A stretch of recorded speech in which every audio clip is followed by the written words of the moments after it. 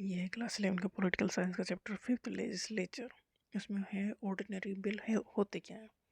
देखो, पार्लियामेंट में कोई भी एक्ट पास होता है तो वो पहले होता है बिल। तो ऑर्डिनरी बिल वो होते हैं जो मनी मैटर से रिलेटेड नहीं होते, कॉन्स्टिट्यूशन में अमेंडमेंट से रिलेटेड नहीं होते। तो ये उसके अलावा जो भी बिल होंगे वो ऑर्डिनरी बिल होंगे। An ordinary bill is a proposed law that deal with, मतलब कोई लॉ बनता है उससे पहले वो प्रस्ताव मतलब रखा जाता है ना, तो ये ऑर्डिनरी बिल है।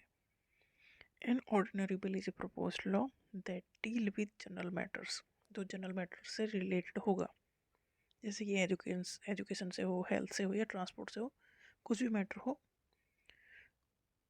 डज नॉट इन्वॉल्व फाइनेंशियल और कॉन्स्टिट्यूशनल अमेंडमेंट, मतलब फाइनेंशियल बिल अलग होते हैं, मतलब मनी बिल अलग होता है, और कॉन्स्टिट्यूशनल अमेंडमेंट बिल अलग होते हैं। इन दोनों के अलावा जितने भी बिल पास होंगे, जितने भी बिल वहाँ पर रखे जाएंगे पार्लियामेंट में फॉर द डिस्कशन, वो सारे बिल हैं ऑर्डिनरी बिल। तो ऑर्डिनरी बिल एक प्रपोज्ड लॉ है। Ordinary bill can be introduced in either house of parliament, मतलब इसे ऑर्डिनरी बिल को हम लोकसभा या राज्यसभा किसी भी हाउस में रख सकते हैं। पार्लियामेंट के दो हाउस हैं, लोकसभा एंड राज्यसभा। तो ऑर्डिनरी बिल किसी भी हाउस में इंट्रोड्यूस किया जा सकता है।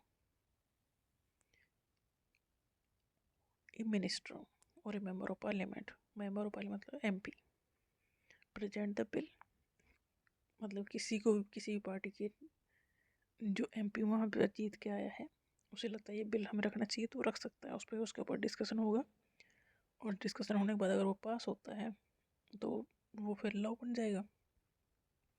The bill is debated in the detail and member can suggest amendment, मतलब जो बिल वहाँ पर पार्लियामेंट में रखा गया है डिस्कशन के लिए, उस पर डिबेट होंगे, डिस्कशन होंगे। अगर वो लगता है कि सही है तो ठीक है, अगर लगता है उसमें चेंज करनी तो चेंज कर दिए जाएंगे। अमेंडमेंट का मतलब है चेंजेस करना। Once both house pass the bill, मतलब दोनों हाउस को ये बिल पास करना पड़ेगा by simple majority. Simple majority का मतलब ये जितने मेंबर उसमें आए हैं पार्लियामेंट में, उसमें 50% प्लस 1 मेंबर उसको उसके उसमें वोट डालें, मतलब उसे पास करें, तो वो बिल पास हो जाएगा। मतलब ज़रूरी नहीं है कि जितने मेंबर हैं सारे ही पास करें। तो जितने मेंबर प्रेजेंट हैं हाउस में, उसके आधे मेंबर से एक मेंबर जाते भी अगर उसे कहता है कि हाँ ये बिल ठीक है, पास करने के लिए वोट डालता है, तो वो बिल पास हो जाएगा, और फिर प्रेसिडेंट के साइन के लिए चला जाएगा, और फिर साइन होने के बाद वो लॉ में कन्वर्ट हो जाएगा। तो सिंपल मेजोरिटी से ये बिल पास होते हैं। तो ऑर्डिनरी बिल कोई भी मिनिस्टर हो या एमपी हो, वो किसी भी हाउस में, लोकसभा या राज्यसभा दो हाउस हैं, उसमें रख सकता है, डिबेट और डिस्कशन होंगे।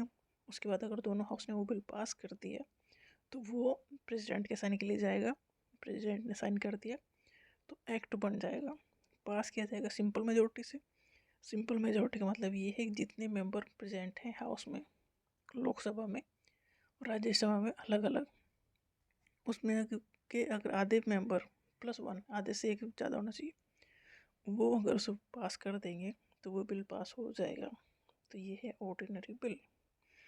ऑर्डिनरी बिल मतलब जो मनी बिल नहीं है या कॉन्स्टिट्यूशनल अमेंडमेंट बिल नहीं है, इन दोनों के अलावा जो भी बिल होगा वो ऑर्डिनरी बिल के अंदर ही आएगा।